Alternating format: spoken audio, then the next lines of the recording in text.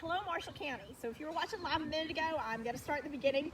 My son is awesome, and he was walking around, and you know how boys are, they're active, and I couldn't concentrate. So here we go again. So just announcing poll watching class this Friday at Marshall County Memorial Library right here in Lewisburg, 6 p.m. And that's Friday the 15th. It's our second class. Both classes are the same. So this is the second opportunity to have it right here in our county to learn about poll watching. And it's a lot of just making sure the machines are doing what they're supposed to do, and that there aren't human errors, technological errors. Just in Williamson County last fall, there were some serious technological errors that affected the election. So it's just good to have an extra set of eyes on that. And we can also be poll watchers in other counties, such as Davidson and Williamson, once we're trained here in Marshall County. So it's really interesting and good thing to have. Next Tuesday is our monthly meeting for April. Jacob Sorrells, Director of Marshall County Schools, will be our guest speaker talking about education right here in our own county. And we also will have Stephen Skelton of the American Bible Project, which helps get Bibles into schools. We've had the 917 Society that gets U.S. Constitutions into our schools. Mr. Skelton will be talking about getting Bibles into our schools. All right, and we'll have refreshments available by 6, and the meeting begins at 6:30. That we will be meeting, the executive committee meeting will be at 5:45, and our main topic will be our dinner, that we'll be making our final plans. The deadline for tickets, we need to let our caterer know, because our dinner does feature a sit-down dinner, so our caterer needs to know the number. So the deadline is next Tuesday at the meeting, unless you have let me know otherwise. So next Tuesday is the deadline at the meeting. Tickets are $50 per ticket, and that does include a sit-down dinner. We'll be hearing from our candidates. They will all speak in alphabetical order and have the same amount of time.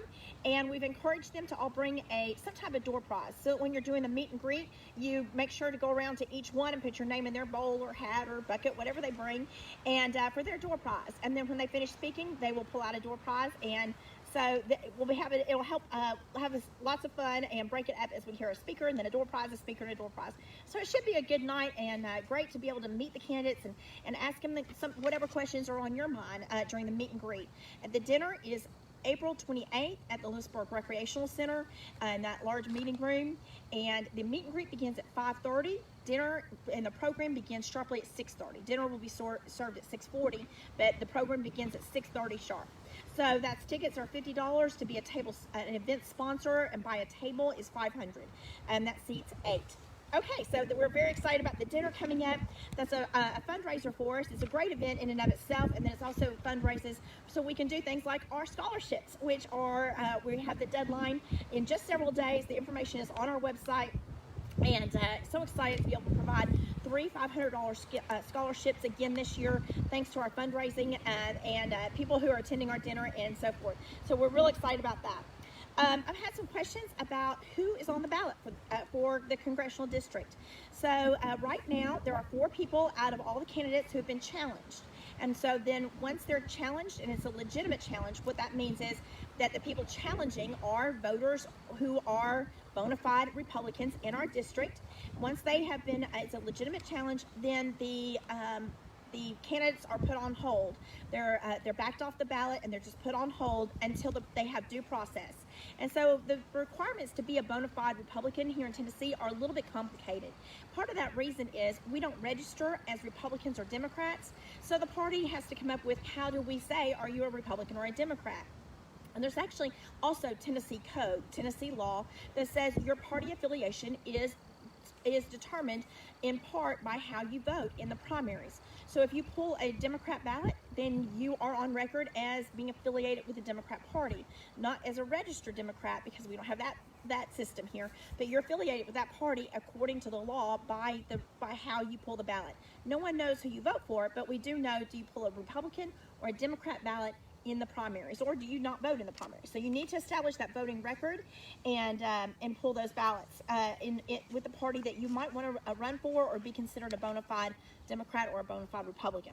So there are 4 candidates who have been challenged, and they are now going to go through the vouching process. What that means is there's 3 requirements to be a bona fide Republican. There's requirement A, to be involved in the party. There's requirement B, to have 3 out of 4 primary elections as a Republican. Out of the last four, at least three of them as a Republican. And it is A, B, or C. So if you don't have the 3 out of 4, then it's C. And the or C, it's not an appeals process per se, and it's their equivalent, B or C. So 3 or 4 or be vouched for. And the vouching consists of someone who is an officer of one of the Republican parties of the counties in the district to say, or multiple, to say that yes, there is proof that they are a Republican, and to list that proof, to give testimony, to give witness, to vouch for. And then the SEC, which is the State Executive Committee, will consider, like a jury, will consider the evidence. Are they? What is this evidence that's been presented to us?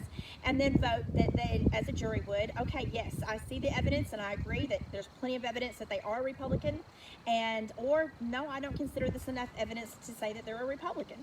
So some of the people that are running, like I say, have been challenged, and many people feel that, hey, if there's evidence, then let's let the people decide. That's where I stand, and it is public record that I have vouched for candidates.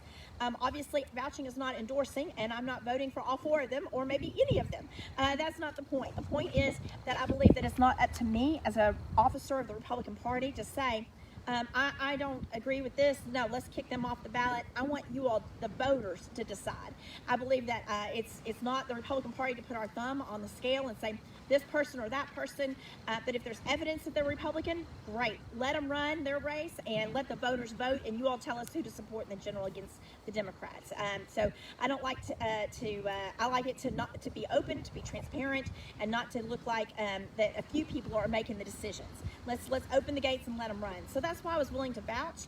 Everything that I vouched for in the letters of vouching are things that I personally witnessed and can testify to.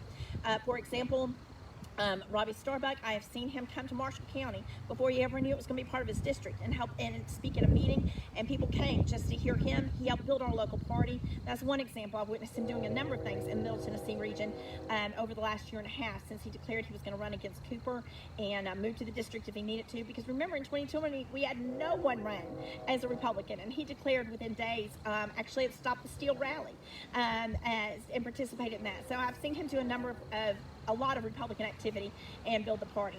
So that's one example. Morgan Ortegas, I witnessed her voting record. She voted in every Republican primary that she could.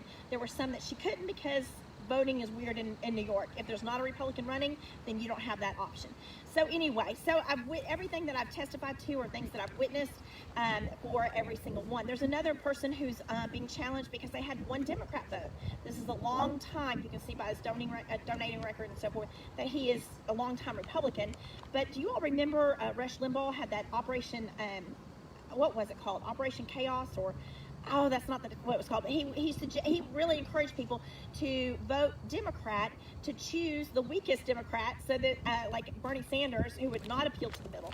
So some people did that, not realizing how it can affect your status in Tennessee as a Republican or a Democrat. But it was for Republican purposes. Anyway, so I firmly believe where I stand is I don't want to be the person who says, no, they're not a Republican because of this or that, some small, nitpicky rules, or not, I shouldn't say nitpicky, but some minor rules. Let's open the gates, let them run, and let you, the people, vote and decide. So I did vouch, and that's what's happening. So the SEC, the State Executive Committee, will take that into consideration, the proof from the various vouching letters for the various people who've been challenged, and they will consider the proof and then make their decision if that person is a Republican and the voters should be allowed to vote for them or not. That vote will happen on April 21st, and then we will know who are all of our options, who are all the candidates running. And again, let me emphasize that vouching is not an endorsement. Obviously, I didn't endorse 4 candidates, and I can't vote for 4 candidates, and I might not vote for any of them. I don't know yet. We'll just see who's available and then consider their policies and where they stand on the issues. But I appreciate you all listening, and I wanted to make sure that I address that so that people would understand what vouching is, and that I firmly stand with letting the voters decide who our candidates are. And if you all vote for them, then that's who it is. And if you all disagree, then don't vote for them. So that's the beauty of it. Let the voters decide. Anyway, we've got some great events coming up. I'm so excited about the second poll watching class, our meeting next week, and our dinner coming up in 2 weeks. Thank you all for listening.